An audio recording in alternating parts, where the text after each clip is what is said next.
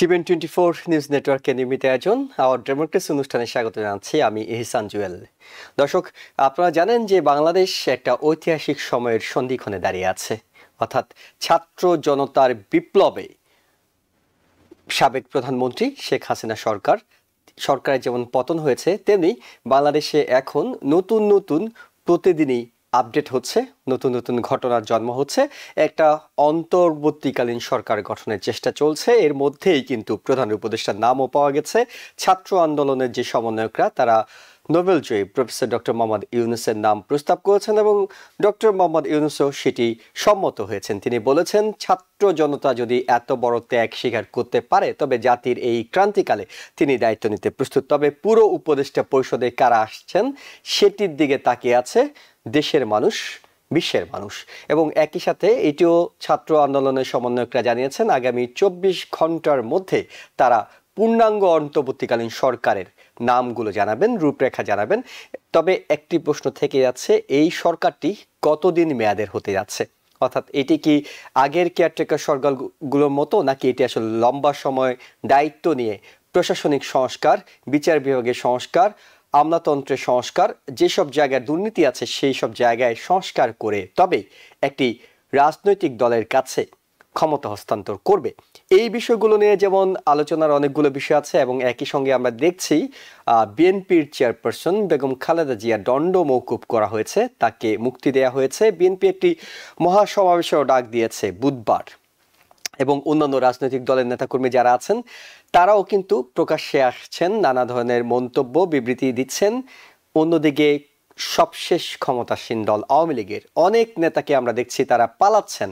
রীতিমতো ঢাকায় বিমানবন্দরে দেখা গিয়েছে পররাষ্ট্রমন্ত্রী ডক্টর হাসান মাহমুদ, তথ্য প্রযুক্তি প্রতিমন্ত্রী পলক এবং অন্য যারা আছেন, বিশেষ করে সেনাবাহিনীর শীর্ষ কর্মকর্তা কিংবা পুলিশের অনেকেও কিন্তু বিভিন্ন জায়গা দিয়ে তারা পালানোর চেষ্টা করছেন। আইন শৃঙ্খলা বাহিনী তারা ধরছেন। তবে আশঙ্কার যে বিষয়টি সেটি হলো আইন শৃঙ্খলা পরিস্থিতির চরম অবনতি হয়েছে, বিশেষ করে গত 24 ঘন্টায় কোনো সরকার না থাকায়।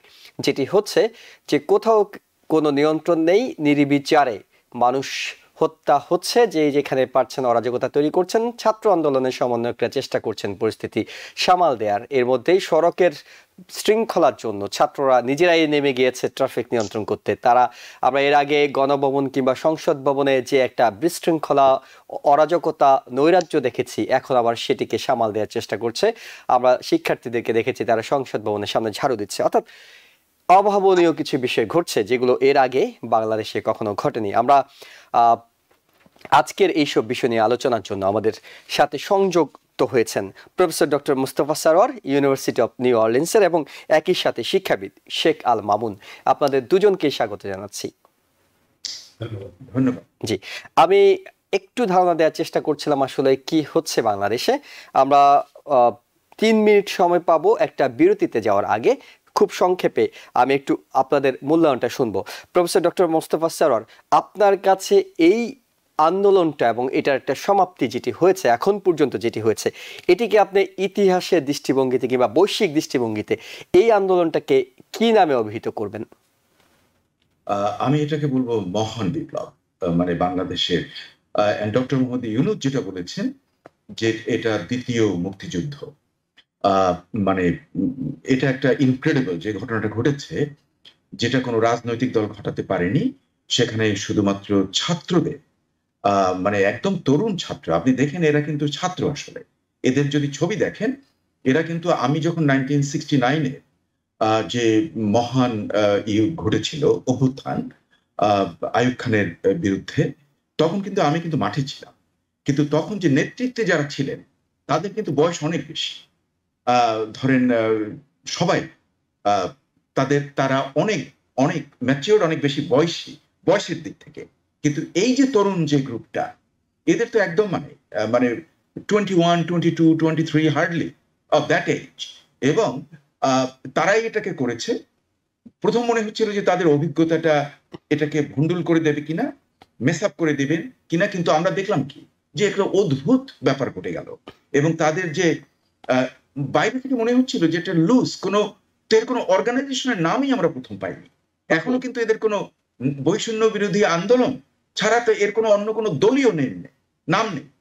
কাজে এটা একটা অপূর্ব ঘটনা ঘটেছে, এবং আমি বলবো যে এটাকে আমি যদি কম্পেয়ার করি ফ্রেঞ্চ রেভলিউশন অথবা ফরাসি বিপ্লবের সঙ্গে, অথবা ফরাসি বিপ্লব অথবা রুশ বিপ্লবের সঙ্গে, তাহলে আমি দেখবো যে ওগুলো করেছে রাজনৈতিক দল এবং শ্রমিক সংগঠন এবং অন্যান্য, বিশেষ করে মানে রুশ বিপ্লবে, মানে যেটা সোভিয়েত রুশ বিপ্লবে, বলশেভিক রেভলিউশনে, সেখানে ছিল শ্রমিক, সৈন্যবাহিনী, ছাত্র ইত্যাদি, কিন্তু সবাই ভেরি ম্যাচিউর ছিল। ট্রটস্কি, লেনিন এরা অনেক অনেক বয়স্ক।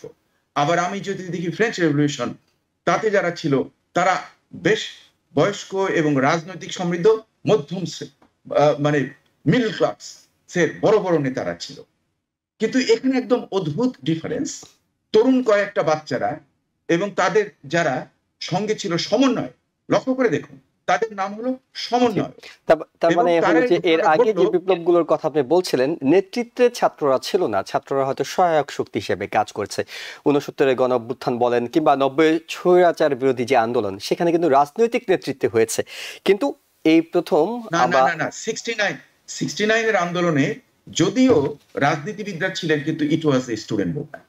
মানে মেইন যে ব্যাপারটা ঘটেছে, এটা কিন্তু আমাদের মনে অনেকের ধারণা এটা আওয়ামী লীগ করেছে কিংবা মৌলানা ভাসানী করেছে কিংবা নো, আমরা রাজপথে ছিলাম।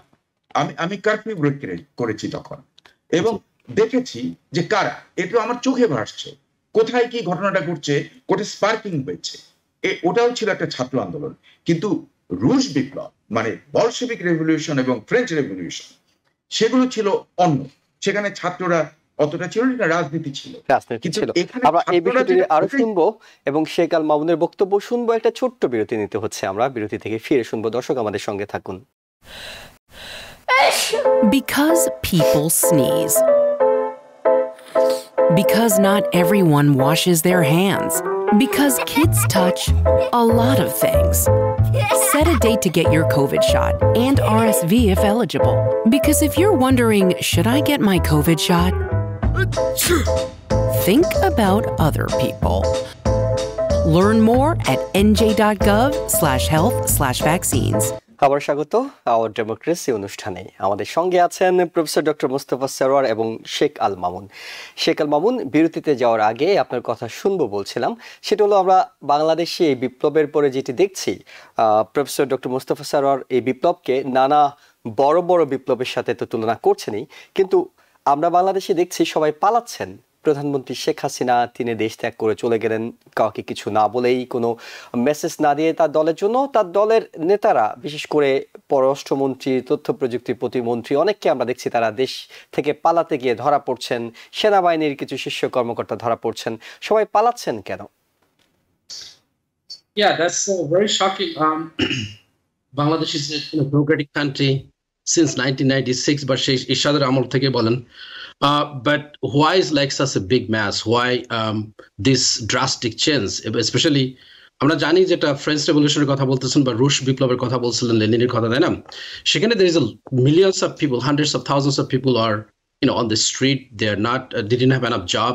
So similar, এখানে একটা কিন্তু সিচুয়েশন হচ্ছে বলে দেখা যাচ্ছে। দেখেন, more than 18 million people, young student, they are graduated from the college or high schools, and তাদের কোনো চাকরি নেই, এবং দ্যাটস এ হিউজ থিং। এটা বাংলাদেশ গভর্নমেন্ট বুঝতে ফেল করছে এবং তাদেরকে প্রোভাইড করতে, যে আপনার মডার্ন যেসব চাকরি হবে এগুলো তারা কিন্তু পাচ্ছে না। এবং আমরা দেখতেছি যে lot of people graduated from universities and colleges, তারা কিন্তু সরকারি চাকরির উপরে ডিপেন্ড করছে, এবং সেখানে সরকারি চাকরির যদি 30% of those job assign for some a group of special people, তখন it's really hurting a lot people. সেটার থেকে কিন্তু অ্যাঙ্গার বা ক্রোধ বা এটা কিন্তু শুরু হয়েছে, এবং সেটা কিন্তু গভর্নমেন্ট বুঝতে ফেল করছেন। বাট আমরা যেটা দেখছি প্রিভিয়াসলি, হয়তো আমরা জানি যে হিস্ট্রি থেকে আমরা অনেক কিছু শিখবো বা গভর্নমেন্ট শিখবে, কিন্তু উই আনফর্চুনেটলি স যে আমাদের কান্ট্রি, যেমন আওয়ামী লীগ বলেন বা প্রিভিয়াসলি বিএনপিকেও কিন্তু, তারেক রহমানকেও কিন্তু দেশ থেকে চলে। This is unfortunate. কোনো পার্টি যদি ডেমোক্রেটিক সোসাইটি হয়, তাহলে why they have to leave the country? They should really face, if they commit any crime, they should face with their judicial system. কিন্তু পালায় যেতে হবে কেন? তার কারণ আমরা we are not following the pure democratic system. That's the biggest problem in our third world country, especially Bangladesh is very, very unfortunate. যে আমরা দেখতেছি যে আমাদের শেখ হাসিনা বলেন বা তারেক জিয়া বলেন বা খালেদা জিয়াকে বলেন যে তারা এখন জেলে, this is not the way it should be in a democratic society.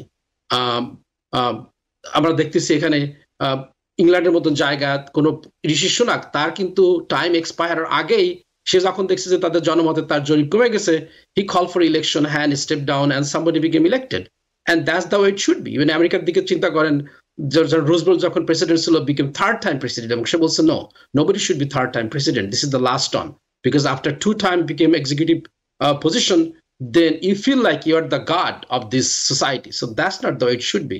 এবং তার পরিপ্রেক্ষিতে কিন্তু ultimately people get so angry and upset, এবং এটা তার ফলশ্রুতি এটাই হচ্ছে। যদিও এটা খুবই আনফর্চুনেট, যেটা আমরা কখনো দেখতে চাইনি যে বাংলাদেশে কত শত শত ইনোসেন্ট স্টুডেন্ট মারা গেছে। এখন শুনতেছি আমাদের গ্রামেও শুনতেছি যে ঘর বাড়ি জ্বালায় যাচ্ছে, অন্যান্য লোকরা অন্যদেরকে খুন করতেছে রাত্রে অন্ধকারে, কোনো সেফটি নেই, সিকিউরিটি নেই। This is really extremely sad situation. এবং আর্মি যদিও সোমবার যখন পদত্যাগ করেছেন ওই সময় থেকে এখন পর্যন্ত সরকারি হিসেবেই 150 জনের বেশি মানুষ প্রাণ হারিয়েছেন, এবং তাদের মধ্যে আগে যেমন একতরফা ছাত্রদের সংখ্যা বেশি ছিল, এখন আইন শৃঙ্খলা বাহিনী, রাজনৈতিক দলের নেতাকর্মী সেটাই বেশি হচ্ছে। আমি একটু আপনার কাছে জানবো শেখ আল মামুন, সেটা হলো প্রফেসর ডক্টর মোস্তফা স্যার বলছিলেন যে এই আন্দোলনের নেতৃত্ব দিয়েছে শিক্ষার্থীরাই, তারাই ফ্রন্ট লাইনে ছিল, তারাই এখন পর্যন্ত ফ্রন্ট লাইনে আছে। কিন্তু আপনি রাজনীতির বিষয়ে যখন আলোচনা করছিলেন, আমরা দেখছি যে বিভিন্ন রাজনৈতিক দল এখন এগিয়ে এসেছে। তারা আন্দোলনের সময় হয়তো ততটা এগিয়ে আসেনি, কিন্তু এখন তারা এগিয়ে এসেছে এবং তারা নির্বাচনের দাবি জানাচ্ছে। স্বভাবতই যেটা জানানো হয়, তারা আগামীতে ক্ষমতায় যাওয়ার স্বপ্ন দেখছে আন্দোলন ছাত্রদের। কিন্তু শেষ পর্যন্ত একটা রাজনৈতিক দলের পরিবর্তে আরেকটা রাজনৈতিক দলের আশাটাই কি এই আন্দোলনের সাফল্য, নাকি একটা সংস্কারের মধ্য দিয়ে গিয়ে কোন একটা রাজনৈতিক দল আশাটা সাফল্য হিসেবে আপনি বিবেচনা করবেন? Well, I would, as a individual, আমি যেটা মানে এক্সপেক্ট করবো আমাদের দেশের থেকে যে একটা পার্টি গেলে আর এক পার্টি আসবে, if they have to really restructure their whole concept and think, we have to be inclusive. আমরা যদি কখনো অপোজিশন পার্টিকে অ্যাকসেপ্ট না করি, they think that they are something somebody, আমরা অনেক সময় তাদেরকে ডিফাইন করি রাজাকার বা ভারতের দালাল বা পাকিস্তানের দালাল। This we are already 50 years past from our independence, more than that. So এখন কিন্তু ওই ধরনের ডেফিনেশন দিয়ে কিন্তু you cannot really win the heart and mind of the general public. আমাদেরকে যেটা করতে হবে যে আমাদের জেনারেল পাবলিকদের সার্ভ করতে হবে। We need to have come out from all this kind of definition বা যেসব অ্যাডজেক্টিভ আমরা যোগ করতেছি। We need some serious people. They will be out of the corruption. If anybody committed any corruption, they should be out of the politics. যেখানে western কান্ট্রিগুলোতে যেখানে দেখতেছেন, আপনি দেখেন যে এখানকার senator, governor, congressman, they go to jail. If they commit crime, they go to the jail. So এই ধরনের যদি ক্লিয়ার সিস্টেম বিল্ড না হয়, যদি একটা পার্টির পরিবর্তে আর একটা পার্টিতে পাওয়ারে আসে, eventually if you go back to the same corruption, then eventually the general public যেটা ultimately benefit হওয়ার কথা, they will be left out. যেমন এখানে যে বলতেছেন যে কৃষকের ছেলে সে এখন ইউনিভার্সিটিতে আসছে, they want to have the better life, কিন্তু তারা যদি তাদের জব অপরচুনিটি না থাকে, তাদের স্কুল ভালো না হয়, তাদের গ্রামের স্কুলগুলো ভালো না হয়, প্রচুর ইউনিভার্সিটি না তৈরি হয়, জব ক্রিয়েশন না হয়, then this inequality is going to remain, and the political অর্থনৈতিক মুক্তিটা অনেক বেশি গুরুত্বপূর্ণ এবং একই সাথে সংস্কারের বিষয়গুলো আপনি গুরুত্ব দিচ্ছেন। ডক্টর মোস্তফা স্যার, আপনার কাছে একটা বিষয় জানতে চাইবো, সেটি হলো যে আমরা এর মধ্যে তো আমরা জানি অন্তর্বর্তীকালীন সরকারের প্রধান হতে যাচ্ছেন ডক্টর মোহাম্মদ ইউনূস, এবং তিনি হয়তো 10 থেকে 15 জন সহযোগীও পাবেন উপদেষ্টা হিসেবে। কিন্তু একটা বিষয় খুব বেশি আলোচনা আসছে, সেটি হলো এই সরকারের অন্তর্বর্তীকালীন সরকারের মেয়াদটা কতদিন হওয়া উচিত। কেউ বলছেন 3 বছর, কেউ 5 বছর, কেউ 3 মাস, নানা মতামত আসছে। আপনার কাছে কি মনে হয়, যদি একটা কার্যকর সংস্কার দরকার হয়, কতদিন মেয়াদে এই সরকার থাকা উচিত, দায়িত্ব পালন করা উচিত? যদি আমরা দেখেছি এর আগে এই ধরনের সরকারগুলো খুব দ্রুত আবার অজনপ্রিয় হয়ে যায়, অনেক হয়তো অ্যাডভান্স বলা হলো, কিন্তু এই আশঙ্কাটাও থেকে যায়। সেই হিসেবে সব মিলে আপনার কাছে কতদিন দায়িত্ব পাওয়া উচিত বলে মনে করেন? এটা নির্ভর করবে যে এই যে সরকার, যেটা এই ইন্টারিম গভর্নমেন্ট, এর কি কি দায়িত্ব আছে সেটা। আপনি যেমন বললেন সংস্কার, আমি এটাকে আর একটু ব্রডার সেন্সে বলবো যে আমাদের যে রাজনৈতিক যে ব্যাপারটা, এটা একদম রিস্ট্রাকচারিং দরকার। আপনি লক্ষ্য করে দেখুন যে আমাদের কোনো টার্ম লিমিট নেই। হ্যাঁ, এটা কিন্তু বর্তমান কনস্টিটিউশনের একটা দারুণ দুর্বলতা। টার্ম লিমিট না থাকলে কিন্তু এই ডিক্টেটোরিয়াল টেন্ডেন্সিটা বেড়ে যায়। তারপরে ক্লেপ্টোক্রেসি, অথবা যে আপনার পরিবারতন্ত্র। আপনি লক্ষ্য করে দেখুন যে দলগুলোর দিকে তাকান, হ্যাঁ, দলগুলোতে যেমন ধরুন আপনি লক্ষ্য করে দেখুন যে এরশাদের পরিবার, তারাই ওই সমস্ত দলের এখন আবার নেতা। হ্যাঁ, যখন একবার নেতা হলেন এর কেউ, সে আজন্ম সেটার নেতা। এটা কোন টাইপের ডেমোক্রেসি? এটা তো কোনো ডেমোক্রেটিক ব্যাপার না। কোনো দলের ভিতরে কোনো মানে গণতান্ত্রিক প্র্যাকটিস নেই। একটা দুটো পার্টিতে কিছুটা ছিল, তারা তো মোস্টলি ব্যান্ড অথবা তারা সিনেমা। কাজে এই যে একটা জঘন্য সিচুয়েশন, যেখানে গণতন্ত্রের নামে টার্ম লিমিট নেই, কোনো মানে চেক অ্যান্ড ব্যালেন্স নেই, কোনো অ্যাকাউন্টেবিলিটি নেই, হ্যাঁ, যেখানে কোনো গণভোট নেই। কাজে এই যে একটা সিস্টেম হয়েছে এবং যেভাবে এটা তৈরি হয়েছে, এটার একদম সমূলে বিনাশ করা উচিত এবং নতুন রক্ত, নতুন মানে নব হ্যাঁ, মানে আমি বাংলাটা মানে যারা নতুন জেনারেশন, তাদের ক্ষমতায় আসা উচিত এবং কনস্টিটিউশনের একদম স্ট্রাকচারাল চেঞ্জ দরকার। এছাড়া কিন্তু এই যে সমস্ত ওই যে মলম লাগিয়ে, হ্যাঁ, একটু আশ্চর্য মলম লাগিয়ে আপনি একটা কিছু করলেন, এতে কিন্তু কাজে লাগবে না। কাজে এই যে আমি ইন্টারিম গভর্নমেন্ট বলবো না, আমি এটার নাম দেবো বিপ্লবী সরকার, দ্য রেভলিউশনারি গভর্নমেন্ট। হ্যাঁ, এবং এখানে উপদেষ্টা না, এখানে আমি দেখতে চাই সেই title like prime minister and so. এবং আপনি লক্ষ্য করে দেখুন যে আমরা যদি আমাদের চোখের সামনে দেখি যে যুক্তরাষ্ট্রের যে গণতন্ত্রের যে সিস্টেম, সেখানে যে চেক অ্যান্ড ব্যালেন্স গুলো রয়েছে, এক একটা ব্রাঞ্চেস অফ দ্য গভর্নমেন্ট, এটা কিন্তু বাংলাদেশে নেই। আপনি লক্ষ্য করে দেখুন এক্সিকিউটিভ ব্রাঞ্চের দালাল হয়ে যায় আপনার যেগুলো মানে আপনার যে মানে জুডিশিয়াল সিস্টেম, যেটা জুডিশিয়ারি, সবাই আপনি লক্ষ্য করে দেখুন অলমোস্ট দালাল। চিন্তা করে দেখুন এই আন্দোলন সার্থকতা মাত্র 2-3 দিন আগে ডক্টর মোহাম্মদ ইউনূসের ফাইন হলো কত? 6,66 কোটি টাকা। আপনি দেখেন কয়েকদিন মাত্র। হ্যাঁ, তারপরে হলো কি যে আরো একটা আমি ভার্ডিক্ট দেখলাম সঙ্গে সঙ্গে, যেটা বলছে যে ছাত্রদের দিকে গুলি করা যাবে না, এটার একটা যে রিট পিটিশন, এটাকে নাকচ করে দিল সরকারের পক্ষে। মানে সরকারের মানে এক্সিকিউটিভ ব্রাঞ্চের অঙ্গুলি হেলনের সবকিছু হচ্ছে।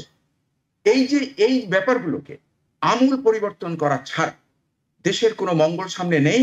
এবং এজন্য যদি সময় বেশি লাগে, তাহলে এই ডক্টর মোহাম্মদ ইউনূসের বিপ্লবী সরকারকে সেই সময় দেওয়া উচিত, যাতে there should be structural change. সেই সময়টা নিশ্চয়ই অপরিসীম হলে, সীমাহীন হলে তাদেরও জবাবদিহিতার প্রশ্নটা চলে আসবে।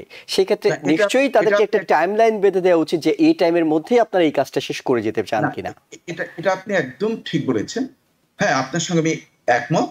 কারণ এই গভর্নমেন্টও, এই বর্তমানে ইন্টারিম গভর্নমেন্ট, আমি যেখানে বলছি বিপ্লবী সরকার, এই বিপ্লবী সরকারও যাতে মানে একটা অটোক্রেটিক গভর্নমেন্টে টার্ন নিতে না পারে, তারও রক্ষা কবচ থাকা উচিত। সেই জন্যই একটা টাইম লিমিট থাকতে হবে।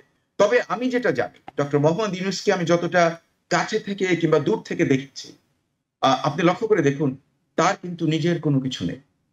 এই যে এত পৃথিবীর বাংলাদেশ এবং পৃথিবীর বিভিন্ন লোকদেরকে উনি যে এত মানে সাহায্য করেছেন, তাদের উপকার করেছেন, কিন্তু ওনার কোনো স্টক শেয়ার নেই, ওনার কোনো প্রপার্টি নেই, ওনার কোনো কিছুই নেই। এবং আমি ওনার পরিবারকে জানতাম যে চট্টগ্রামে one of the richest families. তার কারণ ওনার ফাদার ছিলেন গোল্ডের পাইকারি ব্যবসায়ী, গোল্ড, স্বর্ণের।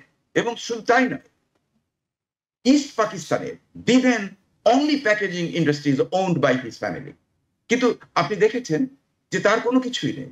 আমি একবার তার গ্রামীণ ব্যাংকে গিয়েছিলাম, তো উনি খাবার জন্য বললেন, তো আমরা দেখলাম, আমি তো অবাক হয়ে গেলাম।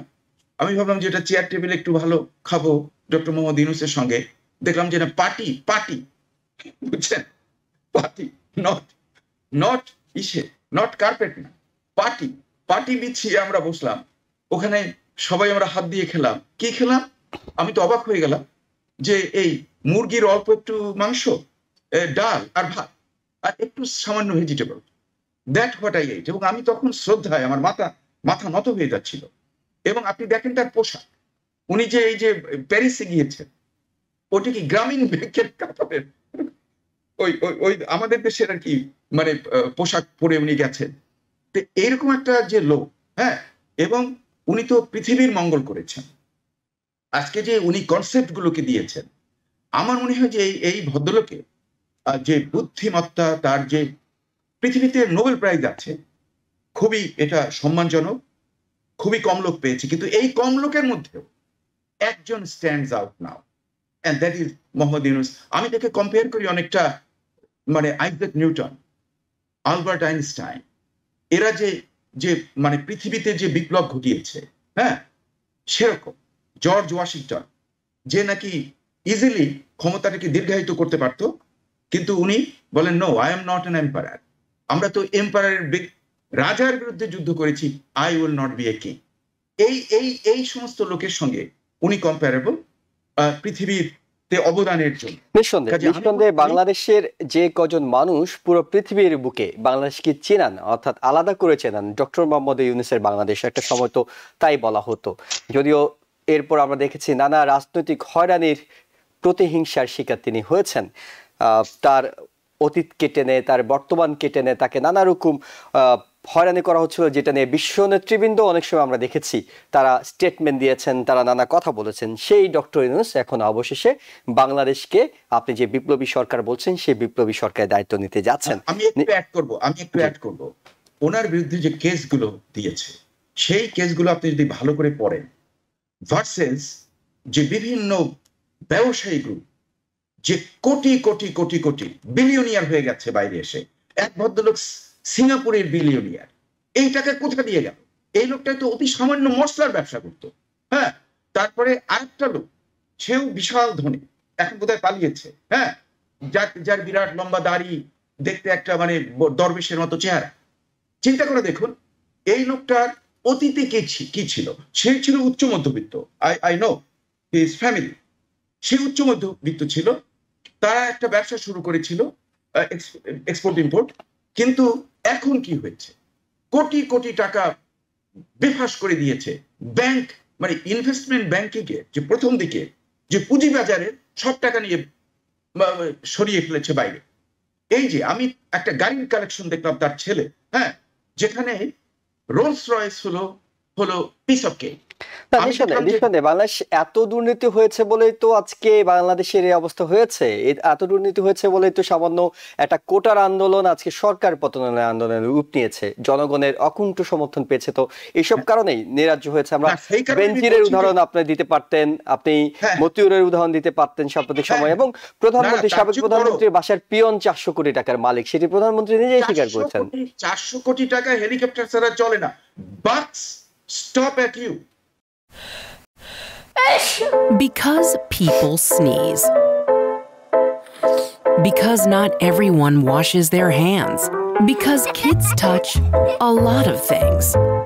Set a date to get your COVID shot and RSV if eligible. Because if you're wondering, should I get my COVID shot? Think about other people. Learn more at nj.gov/health/vaccines. এই যে একটা যে ধারণা যে ও আমার পিয়ন 400 কোটি, তোমার দায়িত্ব, ইট ইজ ইউর রেসপন্সিবিলিটি, যে তোমার পিয়ন ওই 400 কোটি টাকা মেরে দিতে পারে নাই।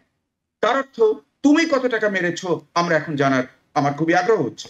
এবং লক্ষ্য করে দেখুন ডক্টর মোহাম্মদ ইউনূসের বিরুদ্ধে যে কেসগুলো, দিস আর ম্যানুফ্যাকচার্ড কেসেস, এবং এই কেসগুলো করেছে যেটা কিছুই না, সামান্য প্রসিডিউরাল ব্যাপার কোথাও কোথাও, এবং সেটার মাল্টিপল ইন্টারপ্রিটেশন আছে, কিন্তু ওদের ইন্টারপ্রিটেশন নিয়ে তার উপরে ঝাঁপিয়ে পড়েছে। অন দ্য আদার হ্যান্ড আসল ক্রিমিনাল গুলো দিব্যি আশেপাশে ঘুরে বেড়াচ্ছে, হ্যাঁ, তারা অ্যাপার্টমেন্ট দিচ্ছে। এমনকি পরিবারের একটি মেয়ে যাকে আমরা খুবই পছন্দ করতাম, ভালো ভাবতাম, ইংল্যান্ডের, ইউনাইটেড কিংডমের পার্লামেন্টের নবনির্বাচিত গ্রুপের একজনের নামে কেস হয়েছে, একজনের নামে কেস, এবং সেকে বাঙালি, এবং কেসে টিউলিপ সিদ্দিকী। লক্ষ্য করে দেখুন যে জঘন্যতার ব্যাপারটা কতদূর পর্যন্ত গেছে আমরা জানি। আমি তো সামান্য, আমি এখানে ভাইস চ্যান্সেলর ছিলাম, আমি রিজিওনাল ট্রানজিট অথরিটির কমিশনার ছিলাম, আমাকে স্টেটমেন্ট দিতে হতো প্রতি বছর, কোথাও কখনো 2 বার দিতে হতো যে কি কি আমার আছে। এখানে লেখাই থাকে যে তুমি যদি কোনো চেপে যাও, মিথ্যা কথা বলো, তাহলে এটা বিরাট অপরাধ। কিন্তু দেখুন যে আমাদের বাঙালি নেত্রী বোনের মেয়ে মানে রেহানা সিদ্দিকীর মেয়ে, সেই একমাত্র ধরা পড়ে গেল যে তার নামে কেস চলছে। কাজে আমাদের এই যে বাঙালির যে অসৎ চরিত্র, এগুলো আমরা বাইরে প্রকাশ করছি এবং এটাকে কিছুতেই সহ্য করা উচিত না। এবং এই নবজাগরণে যে নবজন্ম আসছে, এই যে নিউ জেনারেশন, অর্থাৎ নতুন করে আর কোনো স্বৈরাচার যাতে না আসতে পারে সেই ব্যবস্থাটা যারা বিপ্লব শুরু করেছে তারা সেই ব্যবস্থাটা করেই তাদের দায়িত্ব শেষ করতে হবে। অর্থাৎ তাদেরকে সেই দায়িত্বটা নিতে হবে যে আবার কোনো স্বৈরাচারের জন্ম যাতে বাংলাদেশে না হয়, আবার কাউকে পালাতে না হয়, আবার এতগুলো অসংখ্য তাজা প্রাণ বাংলাদেশে যাতে না হারাতে হয়। শেখ আল মামুন, আপনার কাছে জানতে চাই সেটা হলো আমেরিকার ভূমিকা। আমরা দেখেছি আন্দোলন যখন চলছিল তখন আমেরিকা একটা ভূমিকা নিয়েছিল, তারা স্টেটমেন্ট দিয়েছিল যে শান্তিপূর্ণ আন্দোলন হোক এবং একই সাথে কোনো প্রাণহানি না হোক। কিন্তু এখন তারা নতুন করে আজকে যে কথাগুলো তারা বলছে যে অন্তর্বর্তীকালীন সরকারটা গঠন করা হবে সেই সরকারটা যাতে গণতান্ত্রিক পর্যায়ে হয় এবং সেটি যাতে সবার কাছে গ্রহণযোগ্য হয়, এবং একই সাথে তারা সেনাবাহিনীকে ধন্যবাদ জানিয়েছে, সাধুবাদ জানিয়েছে জাতির এই ক্রান্তি লগ্নে দায়িত্ব নেওয়ার জন্য। আমরা জানি যে ডক্টর ইউনূসও আমেরিকার খুবই পছন্দের মানুষ এবং একই সাথে দীর্ঘদিন ধরে যখন ডক্টর মোহাম্মদ ইউনূসকে হয়রানি করা হচ্ছিল আমেরিকা থেকে খুব শক্ত স্টেটমেন্ট জানানো হচ্ছিল। আবার বাংলাদেশের নির্বাচনের আগেও আমরা আমেরিকার এক ধরনের ভূমিকা দেখেছি।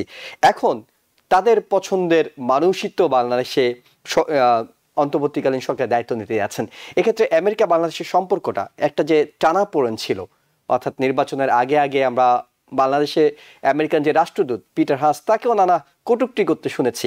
এখন কি এই উন্নতিটা রাজনৈতিকভাবে অর্থনৈতিকভাবে সম্পর্কটা একটু বাড়বে বলে মনে হয় আপনার? Well, absolutely. হ্যাঁ, definitely আমরা জানি যে ক্লিনটনের আমল থেকেই doctor Yunus is very popular, very close to Clinton and Democratic Party. এবং যেটাই হোক না কেন American government they always think about the strategic way, like what, আমরা জানি যে তারা অনেক সময় ডেমোক্রেটিক যেসব কান্ট্রি আছে অনেককে তারা পছন্দ করে না, আবার অনেক সময় দেখা যাচ্ছে যে তারা অটোক্রেটিক কান্ট্রি যারা মিলিটারি পাওয়ারে আসছে তাদের আবার very friend. So America always think strategically. So America কখনো চায়নি যে বাংলাদেশের যে কোনো ক্ষতি হোক, বা এত একটা highly populated country of 174-178 million people with such a small country, এবং সেখানে যখন এই ধরনের আনরেস্ট হবে তখন ultimately the general public will suffer. General public, আমরা জানি এখানে বিলিয়ন্স অফ ডলারের গার্মেন্টস এর ইন্ডাস্ট্রির ক্ষতি হয়েছে তাদের এই 2 সপ্তাহ বা 3 সপ্তাহ 1 মাসের ভিতরে। সো আরো যে ব্লাড শেড হয়েছে, আমেরিকা কিন্তু এটাই কিন্তু অ্যাভয়েড করার জন্য তারা হয়তো রিকোয়েস্ট করছিল।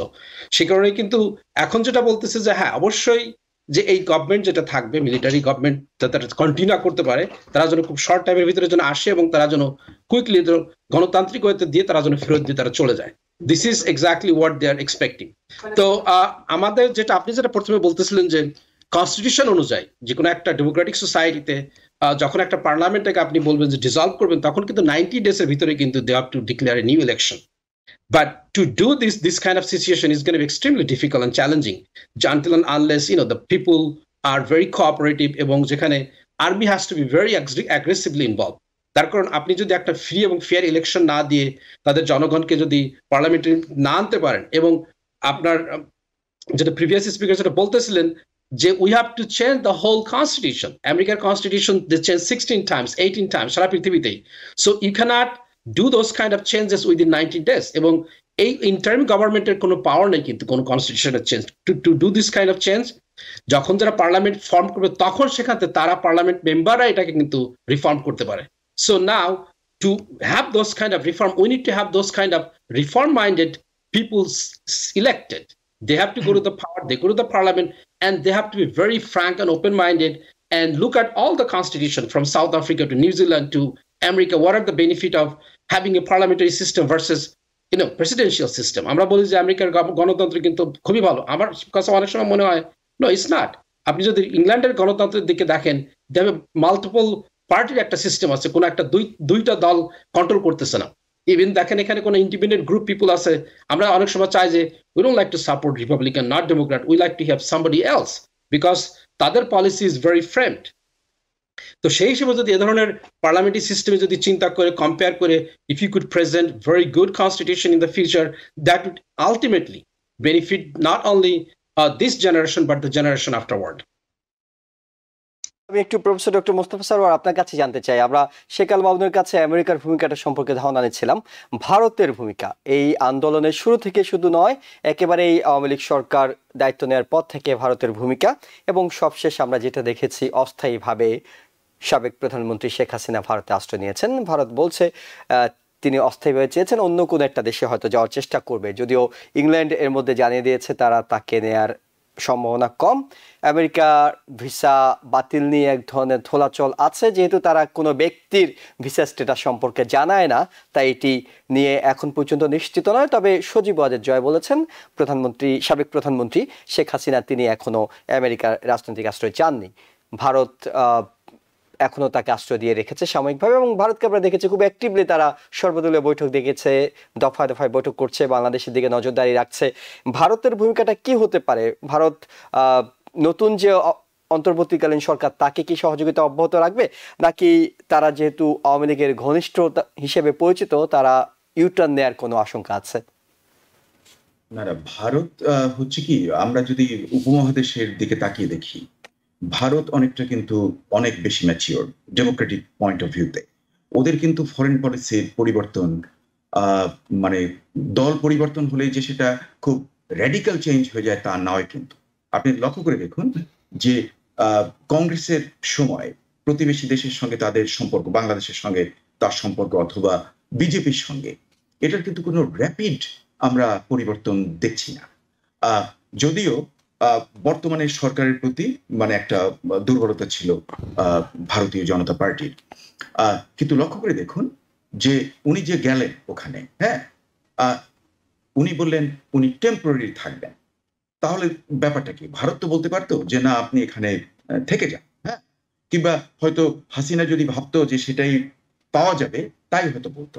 কিন্তু এখন নেগোসিয়েশন চলছে। এমন আপনি যদি পার্লামেন্টে পররাষ্ট্রমন্ত্রী, মানে ভারতীয় পার্লামেন্টে তার পররাষ্ট্রমন্ত্রীর যদি বক্তৃতা খুব লক্ষ্য করে শোনেন, ওখানে কিন্তু উনি বলেছেন যে এটা একটা টেম্পোরারি, উনি রিকোয়েস্ট করেছেন এবং সেটাই আমরা অ্যাকসেপ্ট করেছি, এটা অন্য কিছু একটা হবে আর কি।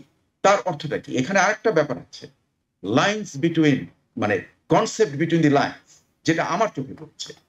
যে যেমন ধরুন যে যে যে হত্যাকাণ্ড ঘটেছে সেটাকে আমি অলমোস্ট জালিয়ানওয়ালাবাগের সঙ্গে কম্পারেবল।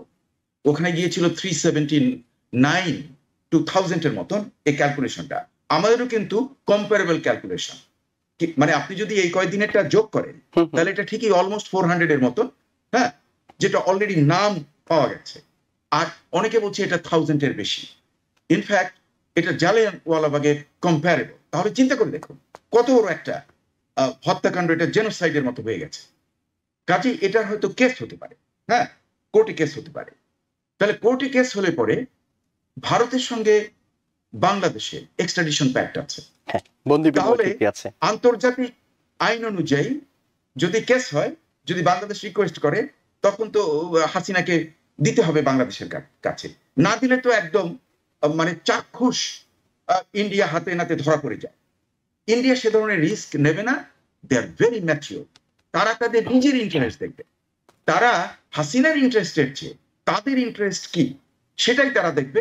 এবং তারা যদি দেখে, আমরা অতীতে দেখেছি, লক্ষ্য করে দেখুন, অতীতে যখন বিএনপি এবং জামাত গভর্নমেন্ট পাওয়ারে ছিল একসময়, আমার খেয়াল আছে যে একটা কন্ট্রাক্টের ব্যাপারে মতিউর রহমান নিজামী সে বলছিল যে ভারত ইজ ওয়েলকাম, আমার দেশের স্বার্থে যে পেয়ে যায়। আমি কিন্তু তখন মনে মনে আমি অবাক হয়ে গিয়েছিলাম। আমি ভাবছিলাম যে উনি হয়তো ভারতকে বাধা দিয়ে দেবেন, না, উনি দেননি। ভারতের ডেলিগেশন এসে ওনার সঙ্গে আলোচনা করেছে। অটল বিহারী বাজপেয়ীর সঙ্গে জামাত ইসলামীর ভালো সম্পর্ক ছিল। এই অটল বিহারী বাজপেয়ী কিন্তু বিজেপি, ভারতীয় জনতা পার্টির আরো আগে, যাকে আমরা বলতে পারি almost de facto father of the party.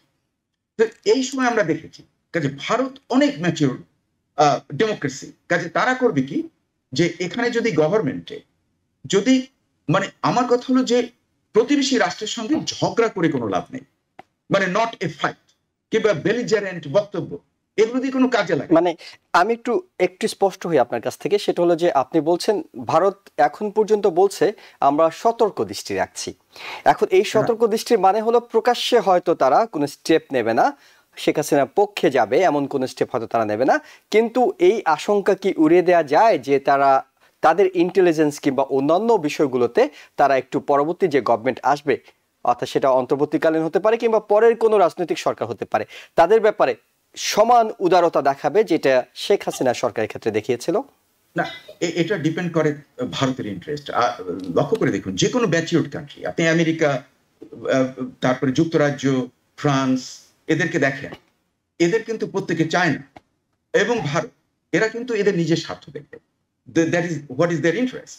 কাজে নতুন যে গভর্নমেন্ট আসবে, তারা যদি এমন কোনো কিছু, যেমন ধরুন নতুন গভর্নমেন্ট এসে সেভেন সিস্টার্স এর যে আন্দোলন চলছে, স্বাধীনতা যুদ্ধের যদি অস্ত্র সাপ্লাই দেয়, হ্যাঁ, তাহলে তো ভারত অ্যাকশন নেবে, হ্যাঁ, কারণ তাহলে তার সিকিউরিটির ইন্টারেস্ট। কাজে আমার ধারণা যে বর্তমানের যে গভর্নমেন্ট, ইন্টারিম, আমি বিপ্লবী গভর্নমেন্ট বলবো, it will be very mature government under a very mature intellectual, যার কম্প্যারিজন পৃথিবীতে খুব কম বর্তমানে। I am proud of this gentleman doctor Mohammad Yunus. কাজে আমার ধারণা যে ওনার আন্ডারে যে পলিসিগুলো নেওয়া হবে এবং পরবর্তী পর্যায়ে রিস্ট্রাকচারের মাধ্যমে নতুন গভর্নমেন্ট কিন্তু রিস্ট্রাকচার হয়ে কিন্তু নতুন পার্টি চলে আসতে পারে। তার আমি ইঙ্গিত পেয়েছি ড্যান মাজিনো, যে আগে আমাদের অ্যাম্বাসেডর ছিলেন, সপ্তাহ দুই আগে তার একটা লেখা দেখেছিলাম, ওখানে উনি বলেছেন, জিজ্ঞাসা করার পর, মানে ওনার উপরে জিজ্ঞেস করার একটা লেখা দেখেছি, সেখানে সাংবাদিকদের প্রশ্নের উত্তরে উনি একটা কথা বলেছিলেন যে নতুন দল আসতে পারে, নতুন নেতৃত্ব আসতে পারে। আবার ছাত্রদের মধ্যে সার্জিস আলম করে যে একটি ছেলে, খুব ইয়াং, এখনো মোচের দাগও পড়ে আছে আর কি, খুবই বোধহয় তরুণ, ওর কথা আমি দেখলাম যে ও বলছে যে এটা হতে হবে যে নির্বাচন এবং অন্যান্য সব জিনিস এমন হতে হবে যাতে অন্যদেরও সুযোগ, মানে এই ধরনের একটা, মানে আমি প্যারাফ্রেজিং, অর্থাৎ এখন পর্যন্ত খুবই ম্যাচিউরড, মানে 21-22 বছরের তরুণরা এত পরিণত কথা বলবে, এত চমৎকার ভাবে এখন পর্যন্ত আন্দোলনটাকে সামাল দিয়ে রাখবে, এবং একই সাথে নতুন সরকার রূপরেখা কিন্তু তাদের প্রস্তাব অনুযায়ী হচ্ছে, অর্থাৎ তাদেরকে সব মহল থেকে জি গুরুত্বটা তারা দিচ্ছে। আমি নিশ্চিত হয়েছি, এই জন্যই আমি তো বলি যে এই বিপ্লব ওরা করেছে, সেটা আমি ফ্রেঞ্চ রেভলিউশন এবং বলশেভিক রেভলিউশন চেয়ে ঊর্ধ্বতন পর্যায়ে রাখছি, কারণ এই তরুণ বাচ্চারা, কিন্তু ওদের কথাবার্তা শুনলে বিস্ময়ে অভিভূত হয়ে যেতে হয় যে এরা এত ম্যাচিউরড হলো কিভাবে, এত জানে কিভাবে, এত কেয়ারফুল কিন্তু, আমি দেখলাম আর কি। জি, অনেক ধন্যবাদ আপনাকে শেখ আল মামুন। আপনার কাছে শেষ প্রশ্ন করব, সেটা হলো আমরা এর মধ্যে প্রশাসনে ব্যাপক রদবদল দেখছি বাংলাদেশে।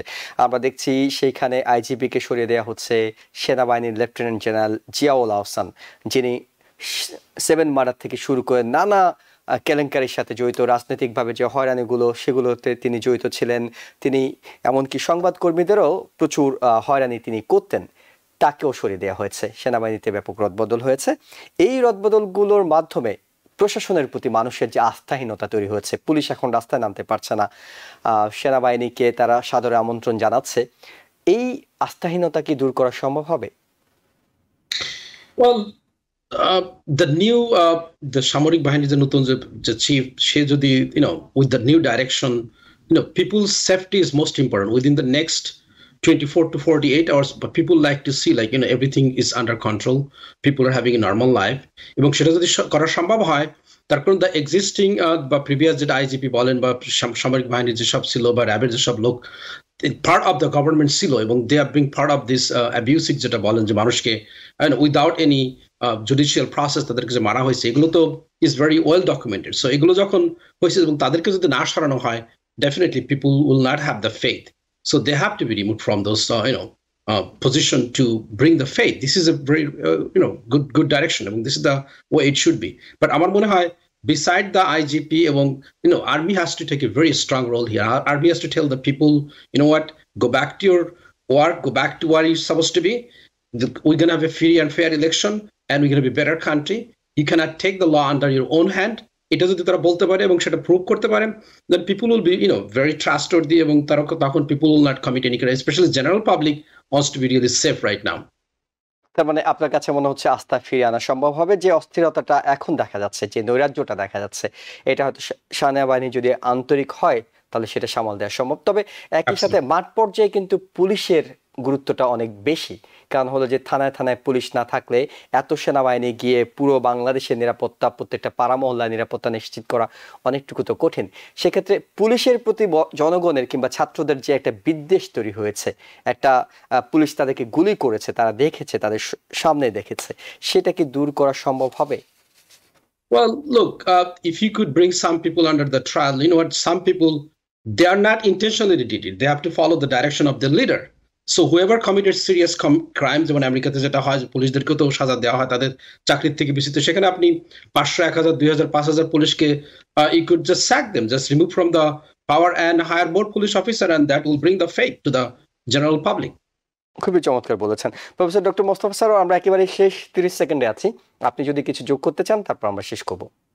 না, যে কোনো সময় একটা ট্রানজিশন হয়, এই যে একটা শূন্যতা রয়েছে, অ্যাডমিনিস্ট্রেটিভ শূন্যতা, তাতে অনেক কিছু ঘটে। কিন্তু আমাদের সাবধান থাকতে হবে যে মাইনরিটি, আমাদের দেশের যারা আমাদের হিন্দু, বৌদ্ধ, খ্রিস্টিয়ান, এদের যে মন্দির আক্রমণ করা, এটা সেটা করা হচ্ছে, এগুলো কিন্তু একদম কঠোর হস্তে দমন করা উচিত। কারণ আমরা তো চাই এমন একটা দেশ যেখানে সবার অধিকার থাকবে, সবার থাকবে ঐক্যবদ্ধভাবে আমরা বাঙালি পরিচয়, আমরা একটা ভালো জীবনযাপন করব। সেখানে এই যে মন্দির টন্দির আক্রমণ করা হচ্ছে, সেগুলো কিন্তু কঠোর হস্তে, মানে সিভিল সোসাইটি, দি গভর্নমেন্ট যৌথভাবে এগুলোকে একদম সমূলে বিনাশ করা উচিত। কারণ you cannot have a good country if you have this kind of stuff. কাজে এর ব্যাপারে খুব সাবধান হতে হবে। আমি খুব আশাবাদী, আমি যা দেখলাম যে এখন কিন্তু রাজনৈতিক দলগুলো এবং সিভিল সোসাইটি তারাও কিন্তু এক হয়ে অনেকটা পাহারাদারের মতন করার চেষ্টা করছে। সেটা করা উচিত। আমরা দেখেছি অতীতে শেখ মুজিবুর রহমান, অনেকেই সুযোগ নিতে চাইবে, সুযোগ এখন কাউকে দেয়া যাবে না। আপনাদের দুজনকেই, প্রফেসর ডক্টর মোস্তফা সরোয়ার এবং শেখ আল মামুন, আমরা শেষ করতে হচ্ছে। আপনাদের দুজনকে অসংখ্য ধন্যবাদ জানাচ্ছি। এবং দর্শক যারা আপনারা দেখছিলেন, তাদের উদ্দেশ্যে আমরা যেটি বলবো সেটি হলো যে এই যে সাম্প্রদায়িক সহিংসতা করার কেউ কেউ চেষ্টা করছিলেন, অনেকটুকু নিয়ন্ত্রণ করা গেছে, পুরোটুকু নিয়ন্ত্রণ করতে হবে। বাংলাদেশ আসলে সবার, বাংলাদেশের প্রতিটি নাগরিকের অধিকার আছে বাংলাদেশে একটি শান্তিপূর্ণ জীবনযাপনের। এবং একই সঙ্গে নতুন যারা দায়িত্ব নিচ্ছেন তাদেরকে তো এটা প্রমাণ করতে হবে যে অন্যায়, অত্যাচার, অবিচারের জন্য পুরাতনদেরকে বিদায় নিতে হয়েছে, নতুনরা যদি সেই একই পথে হাঁটে, তাহলে ইতিহাসের শিক্ষা হয়তো এটাই যে ইতিহাস থেকে কেউ শিক্ষা নেন না, কিন্তু শিক্ষা দিয়ে দেয়া হয়, এবং তরুণ প্রজন্ম সেটি কিন্তু প্রমাণ করেছে। তাই নতুন যারা থাকবেন, নতুন যারা পথ দেখাবেন, তাদেরকে সঠিক পথটাই দেখাতে হবে। অসংখ্য ধন্যবাদ দর্শক আমাদের সঙ্গে থাকার জন্য। TBN 24 টেলিভিশন দেখতে আজই কল করুন 7187776556। লগ ইন করুন www.totalcablebd.com। নিউ ইয়র্ক থেকে সম্প্রচারিত TBN 24 টেলিভিশন বিশ্বজুড়ে বাঙালির কণ্ঠস্বর।